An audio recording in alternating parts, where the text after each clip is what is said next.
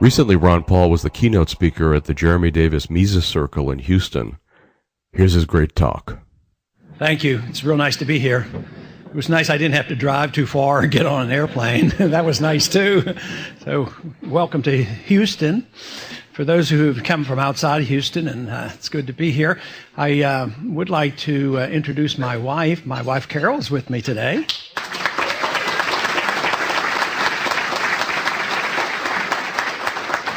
She had to show up because she played hooky a couple times this summer, and so she has to make up for that. But she's doing well, and I'm very pleased with that.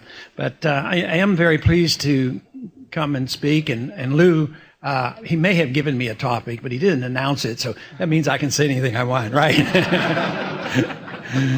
Well, I do have some good news though, and the good news is this: that it is very clear that when governments and government officials act, outside the law, it's an encouragement for individuals to act outside the law.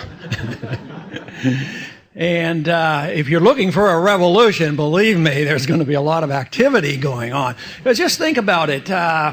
We could start with this little insurance, well-endowed insurance program called Social Security, run honestly and ethically and above board. But lo and behold, they complain with a guy like Madoff. Madoff goes and does the same thing, But isn't it wonderful who's going to be Secretary of Treasury? Isn't this neat? I mean, he doesn't believe in paying taxes. So what the heck? Well, what is going to happen these days? I mean, we may truly see some exciting times ahead. But no, he believes in collecting taxes now, and he'll probably be very ruthless in collection of taxes. But obviously it does make a strong point. Now, a lot of you may have seen a bumper sticker that I have in my office, and because it's been on the internet, and yesterday I had some young kids in the office, not too unusual, and the students came in and they wanted to get their picture with the bumper sticker. Of course, he allowed me to be in the picture too. But this bumper sticker is very simple. It says, "Don't steal, the government hates competition." And they don't like competition. They don't like competition in running your life. They want to run your life for you. They don't want competition running the economy. They want to run the economy. And of course, they don't like anybody to run their own affairs overseas. They think they're capable and have this obligation to run everybody's affairs overseas as well. So it boils down to a very simple philosophy of what we need. We need to get the government, out of our lives, out of our bedrooms, out of our walls, off our back, and out of foreign countries. And in the meantime, just get rid of the Federal Reserve.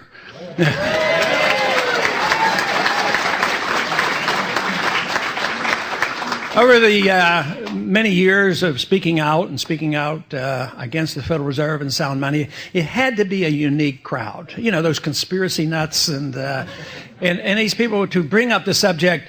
Yes, we should get out of the UN. And yes, we should get rid of the Federal Reserve.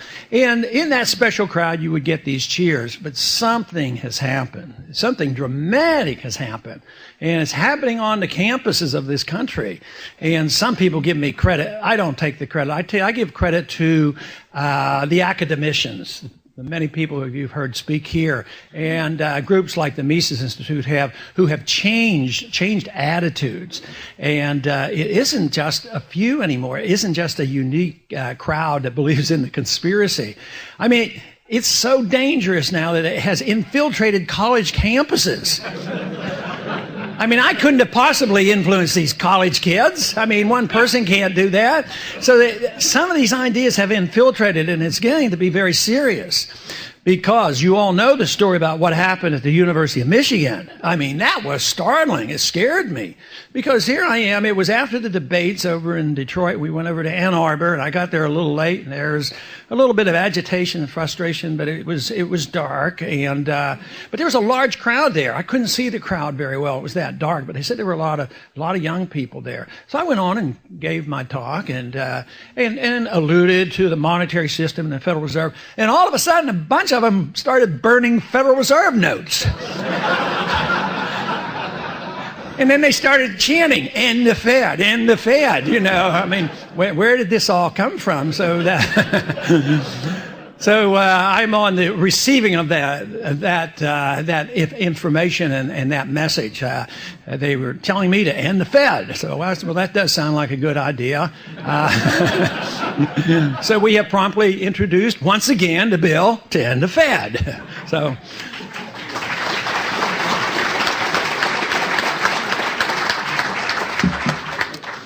But when we had our little rally up in Minneapolis, along with, I think it was another political party down the street had another rally and a convention. We had ours, and lo and behold, we had speakers there that had the audacity to mention Austrian economics.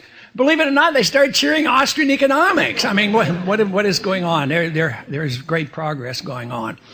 In Washington, you can see some progress. They're thinking seriously about what's happening because guess what? They're scared, and rightfully so, and they don't understand what's happening. And Lou has alluded to it, the fact that other members do now ask questions. Before, it was usually chuckling and laughing and forgetting about it and say, there he goes again. but now they will come up, and they're very serious about asking it, because frequently the people on the financial stations of all places, I mean, they'll come up and they'll say, well, you know, he predicted this and predicted that. It wasn't that I predicted it. I just read what a lot of you people write about and learn how Austrian economics works. So it isn't a great thing to predict. It's like it takes a genius to predict that if you print a lot of money, it loses its value. Now that's really brilliant. So, and then this whole idea that a bubble is forming. A lot of you in this room probably remember the name and know the name Jim Grant. And Jim Grant is a good Austrian economist and a good writer. And I invited him down to talk to some members of Congress right after I went back into Congress in 1997. And he came and we had a small group. In 1997, he took his whole time talking about the horrendous debt being built up by Fannie Mae and Freddie Mac. I mean, we all knew about it and talked about it, but it was really on his mind. But once again, that doesn't tell you that we know a whole lot about timing, because things were bad in 1997, 1998. There was a bubble, malinvestment, too much debt, had to have a correction. But how many times has it been papered over? I mean, they've been able to achieve it. I look at the financial system dating back to the date that Lou mentioned, August 15th, 1971. And then we might have been forced into a real serious monetary reform, but it didn't happen. The confidence in the dollar was restored. We had an adjustment. Prices went up, and we went on. But in every crisis since, in every recession, they've always been able to do exactly what they had been doing: print, spend more money, and run up more debt. And you gotta understand from where they're coming from, because it worked to that degree. You know, the recession would go down and it would come back. This last go around, though, with Greenspan and Bernanke, I mean, especially in the year 2000, that little recession that came, it's this anticipation. Before, they used to wait. Oh well, the economy is getting too robust. The treatment for a robust economy is recession. Of course, you know, a robust economy should be good. But anyway, they would bring on the recession. But this last 10 years, they never allowed the recession to come. They anticipated, and every time it takes more and more and more. I blow the bubble up bigger and bigger. So now, since we are the recipients of benefits of being able to issue the reserve currency of the world, all this paper manufacturing and issuing of paper has been a worldwide event.